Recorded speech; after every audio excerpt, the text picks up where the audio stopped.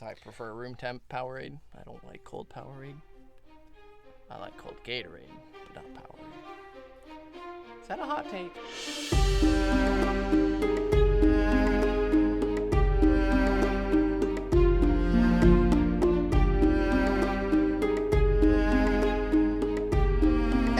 Hey everybody, and welcome to another episode of Brotherhood Without Manners, your favorite full spoiler reread podcast where Nate's dropping shit in the booth.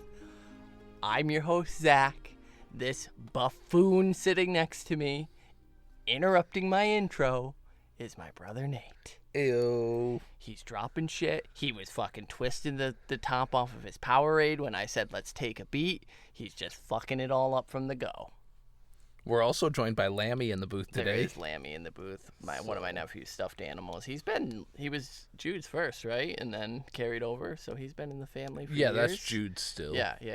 Oh, well, still, whatever. Yeah, they fight over it. Yeah, there's a lamb staring at us over the mic. Hi, everybody. This episode's a day late. Not too late. Yeah, if you listen to us upon release live as we drop episodes. We've been doing great since coming back from our hiatus, keeping our schedule. But this one got a little away from us. Mainly my fault. I had some dental issues and still do, but we had to go for a long drive because where we live here in SoCal, finding a dental clinic that will actually take, your insurance and all that, you gotta drive fucking 40 minutes away. And so I had to have Nate come with me just in case I was too doped up to drive. And so it was really hot in the car. It was very hot. So we missed our usual date. But if you just jump in whenever, and you're not listening to live, then this doesn't apply to you whatsoever. So, I don't know, fast forward or something. You probably already listened to all this because we are full spoiler. I said that in the intro, but I was interrupted, so you may not have caught it. Yeah. We will talk about everything published so far. Have you heard that there's been some whispers of a certain winter? No. Apparently Martin has some con appearances coming up that he hasn't really vocalized much about. What he's going to discuss. Right. And so, so some copium is being passed around the Reddits. I mean, don't go lose your fucking Chad minds because he doesn't, if he doesn't out there. Yeah, don't pull any vile shit. Like, I've seen videos of someone telling him you're going to die soon, you fucking vile human being. But, yeah, but maybe. Hey, maybe. It'd be perfect timing, George. Like, we're about to finish Storm. There's only 2 books after that, so I won't say no. But last episode, we were with Davos. Davos was apparently trying to learn how to see things in the fire, and Nate got mad at me about that for some reason. I don't know. And he saved Edric Storm. He freed him from his impending doom at Melisandre's fires, which, is just... It's a lot of, it's never stated outright, but you know what I just realized? I didn't ask. I'm interrupting you hard right again, here. Yeah. I never asked last time. Do you think that Davos doing this technically sentences Shireen to death? No. Because he doesn't have Edric. No, Edric wouldn't have worked for what she wanted, and then she would have found an excuse and upped it to Shireen. Ooh, you dodged a bullet there, Davos. Because it's not Stannis. It's sure. Jon. Yeah. She pretty much all but acknowledges that it's Jon she's been looking for. Is it me you're looking for? No, it's Jon. It's Jon Snow in the fire. So, yeah. Davos was great. I enjoyed that. It was a great chapter. Edric Storm got freed. He's on one of Salladhor Saan's ships now. And Stannis was obviously rightfully pissed about it. More so, I think, about Davos going behind his back and doing something than the actual freeing, because I do think there's a part of Stannis that is somewhat relieved that the option is out of his hands. And Melisandre was pissed, but then Davos, kneeling, getting ready to have his head taken off, produced a letter to read. But look, real quick, check this out. Like that, maybe your attention, because you want to be a king to protect the realm, should actually be doing that up north, where they've been begging for help for the last 2 books. So great segue. We're heading to the wall this episode. We at the wall. The wall's been a mess. Yeah, it really. This whole book, it's been a shit show. Poor Jon. So, last John chapter, because we're reading John 8 this episode, in case you didn't know that. I think Spoiler alert. It'll be in the title if Nate does his fucking job for once. Wow. And so, John 7 that one hurt. was the prod, the nighttime poking of the Magnar of Thens to see the defenses of Castle Black. They attacked from the south, as we know. John came over the wall with them, and then split off from them at Queen's Crown, where Bran and Mira also happened to be at that time. And then John took an arrow to the leg from Ygritte, so he's been wounded, and that will come up this chapter, as it's still bothering him. But yeah, the Magnar of Thens showed up at Castle Black, ready to book shit up, and they kind of did, mainly because Castle Black is so horribly sapped right now. They don't have the manpower. So, but they didn't know that the Night's Watch were also ready to just fuck shit up? Well, the Night's Watch, pretty much was like, fuck it, if we're going down, we're taking you with us, motherfuckers. Blows everything the fuck up. They collapsed the stairs to the wall where they had men retreating up to, and so got him. It was a great plan. Yeah, it absolutely did got him. Magnar Thens fell in this battle and was killed. So did Ygritte. Not from John's arrow, which he was able to confirm, but from someone. And so John, had his sad moment, and she told him one last time, "You know nothing. You don't know shit, bruh. You dumbass." So John 8 opens up on a dream sequence. I like John dreams a lot. John has some of the best dreams in the series, and this one is one of the best. They're creepy. He's back in Winterfell. He's limping past the Stone Kings in the crypts, right off one of the creepiest nightmare scenarios where your legs don't work quite right. Either you're sluggish, you feel like you're moving through you can't move fast enough, and you should be. So his limp obviously correlated to Ygritte's arrow, because currently he's limping, but I just love the fact that it's the typical nightmare scenario of you can't move as fast as you want to be moving. That's an issue. He's limping past the Stone Kings in their crypts, and their eyes are following him as their hands tighten on their swords. So they are alive and looking at him. Right. Now, this is also in a almost direct contrast to when Jaime also was having fever dreams. Jaime sucks. Because we do get confirmation from Aemon later in the chapter that he's feeling feverish again, like the wound in his leg is fucking him up. Oh, so yeah. These are absolutely induced by him having this nonsense happening. Is this induced by the wall, though? Well, and that's where I was going to go next, is that we know Jaime was, his head was on a werewood stump. The wall is magic as it's fuck, the hinge of the world. Like, it's the magical So you point. think, do you think this dream is influenced? Is it prophetic in that? I think whether it's prophetic or just him seeing, I feel like a lot of the green sight is also them just seeing vast distances, shit that's happening, feelings, emotions that are strong, and part of him seeing the wolf could also be like Lady escaping the Kingswood, representative of Sansa leaving King's Landing in the last couple chapters. Where it's a gray wolf, but it's very vague. It's interesting because he's told that you are no Stark, go away, there's no place for you here. Which, if this is prophetic, he technically is a Stark. He has Stark blood. He's Lyanna's son. Right. So and that if he's. Because obviously a lot of this is reference to his, is he, isn't his internal he, and his internal guilt. They don't strike him. No. They grip his swords, their swords, right. and but they don't actually strike out at him, which does lead him to seeing the wolf that is leading him onward, while also then hearing what he thinks is his family feasting above him. Well, because he's walking deeper into the darkness, which, is representative of death, I believe, because he is calling out specifically for people he thinks are dead. Father, Bran, Rickon, and then eventually Uncle Benjen. All of these he believes are people that are dead to him. He's not calling for Arya, who he doesn't know about, and he's not calling for Sansa. He's calling for the members of his family that he knows to be dead.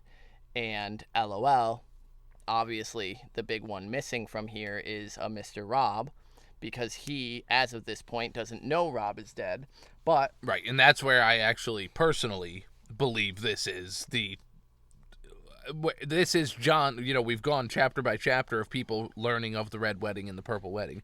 This is Jon realizing. This is his green sight. This is He him hears seeing the drums, which we know the drums were Right. huge at the Red Wedding, up above, and thinks they're feasting in the Great Hall, but there's no place for me there. right. Yeah, I don't think That's not. You're not hearing your family feast. You're it's not a hearing them get feast slaughtered. you wanna be You're at, hearing right. the Red Wedding above you. Yeah. And so he falls down. You don't want to fall in a dream, Jon. Don't You're do the ditzy first kill in the slasher movie. And the crypts grow darker around him, and he thinks a light has gone out somewhere. Is this light Robb? Is this light Greywind? Right. It's one of them, in my opinion. Right, a light It's has one of gone out those two. somewhere. A light of his life Both has of gone them. out. I mean, they're shared.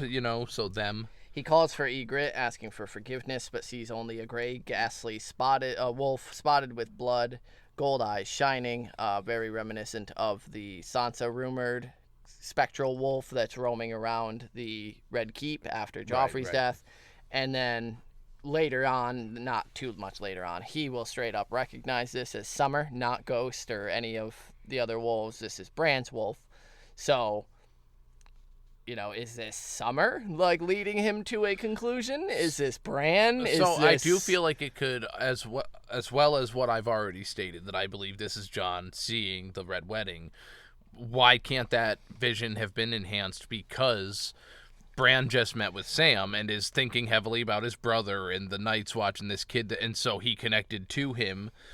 If he's with Summer, he's connecting with Summer at all could be times the anyway. conduit. And so I think it's just a three-way shared That's where vision I'm at, is that Summer is the kind of dream manifestation of Bran.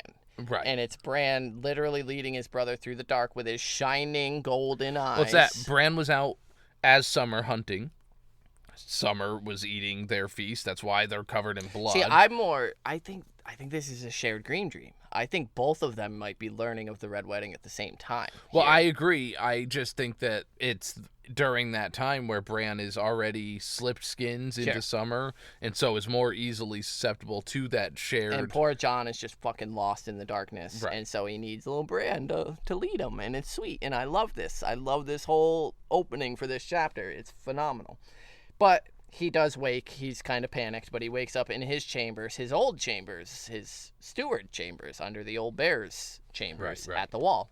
And, thinks... What? How cold it is. How cold it is. He used to have Ygritte, and before that, Ghost to keep him warm. That's where I was going to... And now they're both gone. I love him waking up thinking about Ghosty Boy. Yeah, right. And that, we know that Ghost is coming in strong. We love Ghost. Yeah. And so it's just sweet to see they're him. two major parts of his life, too. He had Ygritte, which is, yes, absolutely, I think it's fair to say, his first love. He lost his virginity. Second love, Ghost was there for her. Lost his virginity Okay, to but that her, kind of right? love. He's not losing his virginity nope, to Ghost, nope. so you We're made not it playing weird. that Good game. job. And then, Ghost. Ghost was his tie to Winterfell, his tie to his father, his tie to his siblings, and so he fears for Ghost. He doesn't know where Ghost is, but he knows for a certainty Ygritte is dead. He burned her himself, as he knows she would have wanted, because she don't want to be no white. And while saying that means he also knows for sure that Ghost is not dead. Right. He'd He's a feel damn that fool. shit. He's acting like a damn fool. So- Right, but he did, in the dream, he said a light went out somewhere, so I could see him being worried that No, that's Ghost. he's fine. Yeah, he's Like, manifesting. he's not it's Robb for a certainty.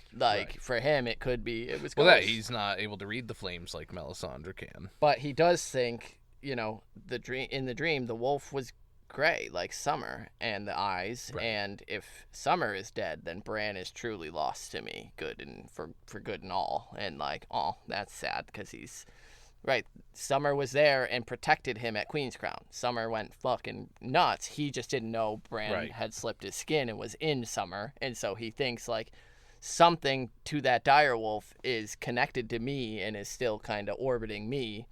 And if Summer's now dead, maybe the Magnar killed Summer. They hunted him down. Then Bran is truly gone, and that's just after Orwell with his second life and all this stuff. He could be thinking that for Bran, but he hears a horn, Right. and Knows that Mance has arrived. he thinks it's the horn of Winter at first, and then he's like, "Wait, no, Mance didn't find He that. didn't find that thing. That's what am I thinking? Sam's got that. We found that at the Fist. We're good. Red We're good. herring." So he gets dressed. Head's outside. Yeah, he's kind of already. He was sleeping in his leathers and stuff, so he's only got a attached long claw. That's because winter is coming and it's cold. It's the dead of night. John's brothers are also beginning to file out, and he thinks it's Mance that they'll fight one way or another. They'll have a battle, and then they'll rest. Yeah, it's almost like puking. He's like, let's just get this over with and be done with it. Yeah. It's here. Let's stop dreading it and just get it the fuck over with. Better Win or out lose. than in, I always say. He heads to where the stairs used to be, but the cage is now the only way up since they dropped him. And it only holds 10 men at a time, so they've got to wait their turn. But while he's waiting with Satin, Mully, Spareboot, Kegs, and Harith. They call Harith horse because of his buck teeth, which rude, but okay. A moleskin stable hand had remained. Harith is the moleskin, the Molestown stable hand who'd remained, and he wants to take the black, which John thinks is foolish, but... All right.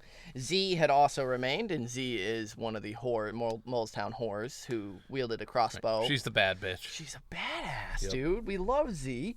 And Noye had also kept 3 orphan boys whose father had died in the collapse of the stairs. The boys are very young, but no one wanted them or seemed to know what to do with them, so Donal Noye is probably going to train them up and, do what he can with them.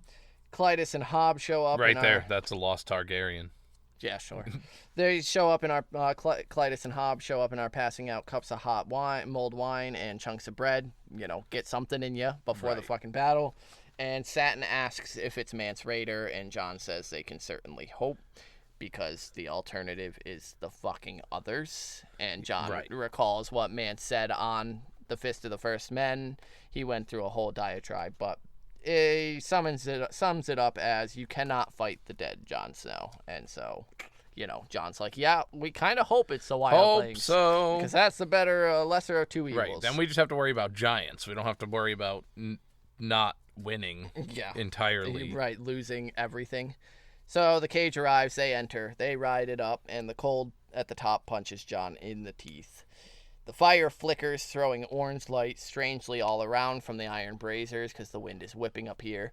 I immediately thought of, one, the Eye of Sauron, but in this case, the Eye of Melisande. Like, is Mel peeping in right now? After Davos just was like, is this where she's seeing what up? Some of and him? She's seeing this, right? She's seeing the wildlings fucking assaulting and trying and that, to poke. As we know, because we went with John when he was hanging with Mance, people south of the wall are not used to mammoths or giants. Right. And so if she's looking in on this vision and seeing below this battle of monsters, she's going to be like, Stannis, yeah, that's where real shit's happening. Let's go up north. These things that supposedly don't exist anymore. These giants, these grumpkins and snarks that... And that I just picture, different imagery of, peering out through the flames and seeing John crowned in different ways. Well, because we also, here in a minute, the wildlings are using torches down there. Not many, but some. So maybe her vision jumps and she's able to see amongst them. And I think Mel is skilled enough to maybe be able to see that they're fucking running. Their goal isn't to come and take over Westeros. They're scared also. They are fleeing from the Great Other. Pop into Mance's campfire. Exactly, and right. all of a sudden she's here and, no, we need to book it. Right, it's that. We get south of the wall and that's it. We find a place to hunker down and let the Steel Knights fight. Yeah. Fight the stupid... So at the top of the wall, he encounters... Dude, I've never had so much respect for fucking Donal Noye. Yeah. But damn, this guy's a badass up Noye at the top of the wall. Shit up here. And he's just, he's making sure everything is stocked and well-maintained and that all the guys, the orphans and people that aren't Night's Watch trained members are actually given tasks that they're capable of. Yeah, so there's everyone's barrels doing of something. arrows and spears, John's noting, and he thinks that Bowen Marsh had left the wall well-stocked on everything except men, which, is just... I mean, we know that from the letter that was sent to that Davos is working on, that Tyrion went south with Thorne. Thorne took south, yeah. And, below and to the north, because Noye, as John walks up to Noye asks, did you hear that? And John's like, oh, yeah, that's a mammoth, bruh. And so they're both listening to a mammoth. And that, I'd like the... we've gotten, even now, all these stories about grumpkins and fucking fairy tales, giants being included in them, with riding mammoths into battle. And so he is literally hearing the screams of his childhood nightmares. I think this is a callback to the end of book 1. It's for the first time in thousands of years the air came alive with the sound of dragons. Like, how long has it been since the Night's Watch even heard the cry of a mammoth or a giant here, which they're going to hear soon, the giants yelling in the Old Tongue? Like, yeah, Noye is literally hearing something that not many southern men have in a long time. And so below and north of the wall is a absolute sea of darkness, but Jon can see the faint flicker of torches from under the trees, which I love the imagery of. Yeah. And he's like, oh yeah, that's definitely the wildlings, because the others don't light torches, which is just such a fun, simple, like, yeah, just look for the light because the others don't need it, and that's horrifying in a very astute way. So one of the soldiers there, I forget which Night's Watch member, complains about the visibility. How are we gonna fight anything if we can't see shit? And I love Donal Noye just going, all right, let's fucking light him up. Yeah, Noye, because he asks how are we supposed to shoot him later. Noye calls, give me light. And so they fucking launch barrels of pitch that are lit and fired out, and they like... Donal Noye's Maya-Zora. The image of this, though, the flaming barrels tumbling, because Jon says they're basically like swallowed up by the dark, but just flickering through, and Jon manages to catch the sight of a couple mammoths lumbering through, a dozen, maybe more. Not able to get a good count, but... And this is where, in response, the horn sounds from the wildlings, and they hear the giants shouting in the Old Tongue, which has got to just be fucking horrifying. Noye has them fire again, and that's when Jon's like, oh, not a dozen, hundreds. Great. Awesome. And so the wildlings are coming, and Pip shouts that they're already at the gate. Like, wildlings at the fucking gate. They're already here. And so Jon's like, yeah, they kind of have to take the gate. They can't climb an army up the side of the wall. It can be done, but that's way too many people. It's way too dangerous. The gate is a small, narrow tunnel with 3 grates that are chained and locked, 3 passageways that essentially are fallback chambers, and it's pretty great. It can be well defended easily. So they light and toss down some lamp oil and pitch, and they hear the screams of the men below at the gate. Very reminiscent of Blackwater. Yeah. The Septon begins to sing, his voice thick with wine, and basically he's, gentle mother... Still your son's arrows, and Noye's like, yo, anyone steals their fucking arrows tonight, and I'm tossing them off the wall myself. And that I do like, again, showing the difference between a good leader versus the bad leader. When Joffrey was the king on top of the wall, quote unquote, commanding his troops. Right. Whereas every time Jon's in a battle, he's contributing every ounce that he's able to. Yeah, Jon in shows some way. So hard why he's leader material in this chapter. This is where I think it's Horse is like, yo, how do we hit them with arrows? And Noye's like, fire them north. Might be you hit someone. Like, eventually you're gonna land at the very least, you'll make them nervous. Right, you're gonna get them moving different places that aren't right. And so Noye then calls for 4 men. He needs to head down to the tunnels, and he gives Jon the wall. And Jon, of course, does the Jon Snow. I don't want it. And after, it would seem to Jon that he had dreamt this night, which is just a lot of fun. He's near delirium. We got to remember that. His leg is constantly bothering him tonight, but the adrenaline will kick in to where he just kind of does what needs doing. Which will then compound and drain him further later on. Yeah. But so alongside the straw soldiers that they had set up as dummies, his archers launched hundreds of flights of arrows against men that they never saw. So we didn't even mention the Septon who's singing prayers and shit. Yeah, we did. Noye was going to throw him off the wall. I said that. Oh, you did that? I don't listen to you when you talk. And so I do also love that... Fucking useless. Well, say something meaningful. Jon... how much he emulates all of his leaders and how quickly he understands those thoughts, but at first it's that leave the guy alone, let him sing his songs, chill out, Noye. And then Jon's like, no, I get it now. He becomes ready to strangle him himself. Yeah, so the trebuchets throw rocks that are swallowed by the dark, like, food going into a gullet, which is terrifying. A mammoth dies below them. Hob brings them up some onion broth to try to keep them fed somewhat. The orphan boys are basically Running feeding water it and meat to the and archers in between shots. One trebuchet ends up breaking just from the constant repetition of the arm being yanked down, so they fall to 2, and Jon thinks we should have 20 of these fuckers going, but, he may as well wish for a dragon or 3. Right. LOL. On top of that, he continues the thought of, even if we don't have a bunch of them, the ones we do have should be set up on, like, movable slides. Right. So, and, like, he's just this battle tactician where he's thinking about, for next time, we need to make sure that those are able to be moved. This is a flaw. If there's a next time, yeah. Noye does not come back, but Jon's fever sure as shit does, and his leg is trembling to hold him up, and they're just going. Eventually, the sun begins to rise slowly, and he sees a half-mile swath of destruction between the wall and the woods.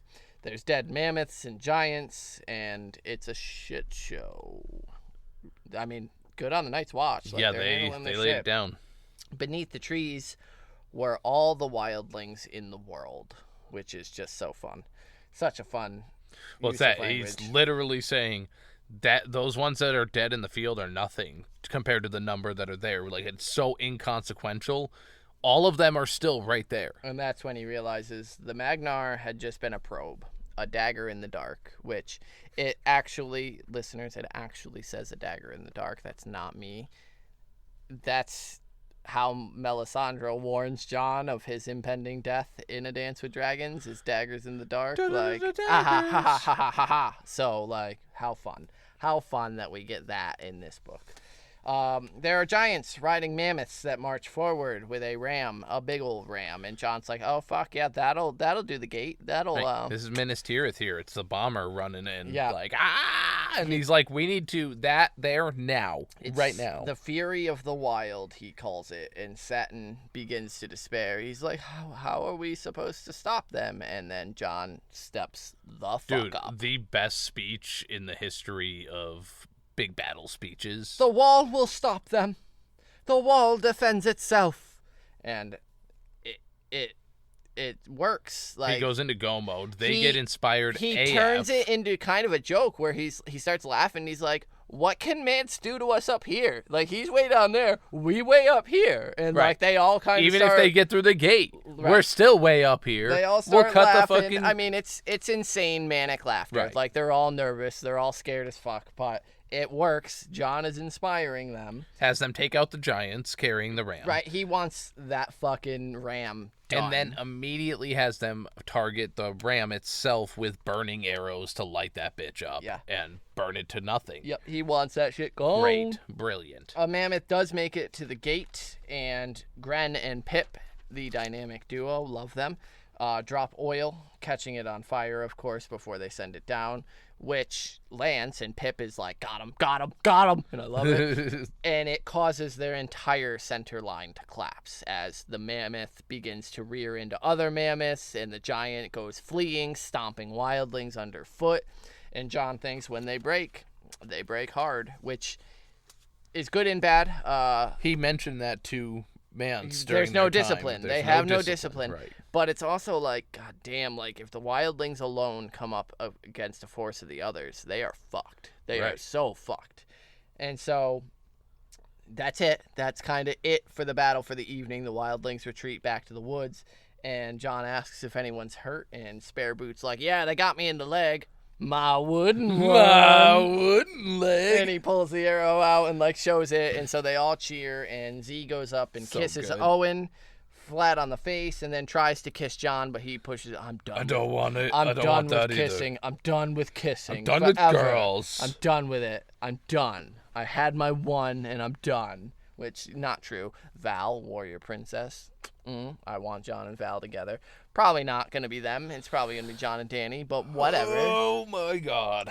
So then exhaustion hits. The adrenaline's done, and Jon's like, oh, yeah, I just had an arrow through my fucking thigh like 2 days ago. Hey, fuck you, Spare Boot. Like, I actually did get hit in the leg by an arrow. Yeah, poor John. Like he's like, all right, Gren, you have the wall, and sorry.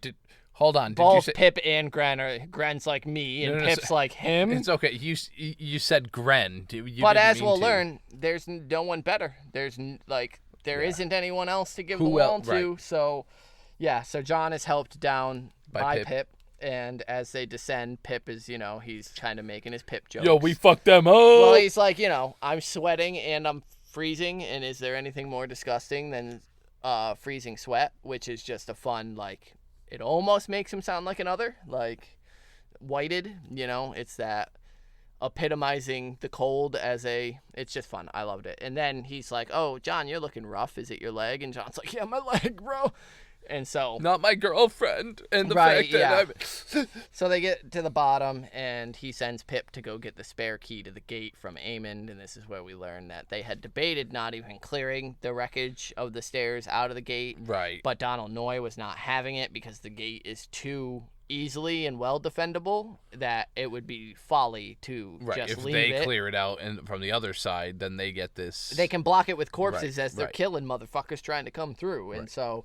Yeah, so Aemon shows up, surprisingly, to John with Clytus as well, and together they all go through, and Aemon's like, John, after we're done here, you come see me so I can change your leg dressing and give you something for the pain, and John's like, yeah, okay. You got it, dog. Gotta finish this, so. And they enter the tunnel, heading through the kind of little sub-gates, and eventually they see light, and John's like, oh, that's bad. That's not good. And Pip calls out the blood on the floor, and it's a massacre. It's fucked. Yeah. A giant, Mag the Mighty, did get through the gate. Mag the Mighty. And ripped and twisted off the head of Spotted Pate and killed all the others. And Donal Noye was the last who managed to sink his sword all the way up to the hilt into Mag's throat. And so it's that. This is another scene that I thought was really well done in the show. It's there's a lot lost on both sides. Mag is the last of the giants, as John thinks. The song, the last of maybe the king of the giants, that type of thing. A great line of giants, and Donal Noye was a badass. And that's what's really cool about this specific moment is that Martin sent John north of the wall to live with the wildlings and gained the respect and awe of the giants that he lived amongst. Being able to name Mag the Mighty here gives it so much more weight instead of it because that being a monster we'll see creature. Here in another paragraph that he sees 3 dead other giants and doesn't really have the weight, but this one being able to name Mag is a big deal. And so it all kind of hits John. He feels the weight of the wall above him. He's seeing all the bloodshed and he just needs air, so he heads out north instead of heading back. He wants to assess. And as he's squeezing by a dead mammoth that kind of blocks the path, he makes his way out. He sees the dead mammoth and 3 dead giants, and it's just, he can see where the wall sheared a bunch of ice off from the heat and the flames, and it's collapsed on them, and it's kind of frozen them in this pile. And he comes back in, and he's like, yeah, we need to try to repair the gate as best we can, and then we need to seal this with rubble, debris, and try to freeze it and block it off as best we can. And he's like, so tell this one and that one. And Aemon's like, you tell him all you want, but that dude's basically senile at this point. Right, well, because he in that tells him that he needs to get in touch with Winston Stout, whatever the fuck his name is there. I wrote it down. Good old Winnie. Winton Stout. That he's the Lord Commander, like Donal Noye has fallen. And that's Aemon chuckles at him. He's like, you could tell him. Dude knew 20 years ago when he actually put his name forth to try to be Lord Commander that he wasn't fit for it. He was 10 votes shy. He almost got it. And so he wasn't ready then. The guy can't handle it, John. There's only one man fit for the job. And John's like, yeah, and he don't want it. Who's that? Who's that? And then Aemon's like, you're a trueborn. You're a son, not a trueborn. Let me go uncremate your girlfriend so she can fucking tell you. You're bro. A son of Winterfell. You were Mormont's steward. He chose you. You went ranging north. You came back from ranging north. You were with the wildlings. The wall is yours, Jon Snow. And yeah, John wants to cry, and I don't blame him. He doesn't say that, but I'm inferring that makes John want to cry. John wants to cry. It's John, and I don't blame him because he just wants to snuggle with this goodest boy. He just wants his leg to fucking heal. That's true. He just wants to be able to walk. Even if not without a limp, without the excruciating pain. John is stabbing him. edgy, sure, I'll give him that, but like, dude needs a rest. Dude took an arrow after Right, climbing a wall. give him a fucking break, and like, yes, let him snuggle with Ghosty, because Ghost deserves all the snuggles.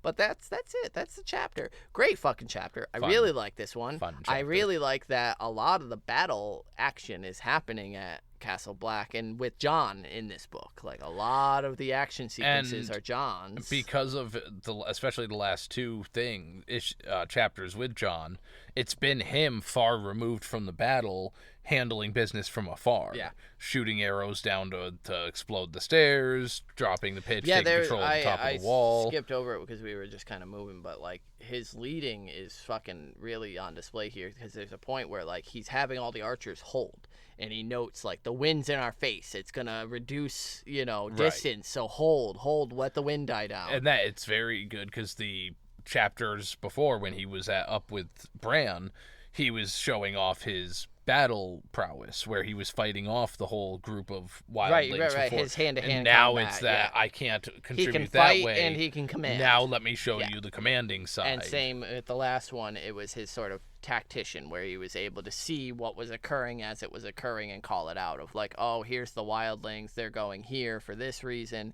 and this is why our men are here, and we've got these men stationed here in case this happens, and this is the fallback. So yeah, Jon's a triple threat and a stud, and he's having prophetic dreams at the wall, as one does. And so, as we know, next Jon chapter, he'll be going and treating with your boy Mance. Mance raid. The other man will be Stannis showing up. And so, lots of converging elements on Jon, but this one was fantastic. I really did like this one. I love that it opens with this dream sequence of him back in the Winterfell crypts. Yep, it was a very cool one. And him dealing still with his, you're not a Stark, but I am a Stark, but I want to be a Stark. And okay, Theon, let's settle down. You kind of are, so just shut up. You're fine.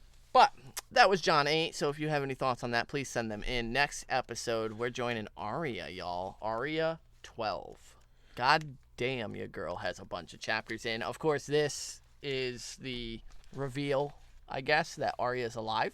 Right. It was also the first time in these books that I actually searched for a POV to confirm, because the last one, you're kind of led to believe that the Hound just took Arya's head off and at the Red Wedding. And so I actually indeed did go forward in the book to confirm that Arya has another POV, and yeah, it's Arya 12. Yeah. So we'll be picking up after the Red Wedding with Arya, and seeing where her journey with her and the Hound have taken her. And then shortly after that, we'll be going back to King's Landing with some Tyrion Jaime action. We're nearing the end here, y'all. So these POV people are kind of getting their last couple. Yeah, I haven't done my here. job, but I think we're less than 15 or so chapters. Yeah, between total. here and Arya, I plan on going through and mapping out to get the count of how many chapters each POV has left. Great. But yeah, I think everyone, like Davos may just have the one left. I'm not 100%. I think we'll find out, because we know obviously Kat's done, right? Is Kat done for now? I think she. Nope, she's in the epilogue. Dude. Maybe. Yeah, I guess so. Balls. All right. Get all fucked, right. you stupid bitch. You tried to make a joke. Rude.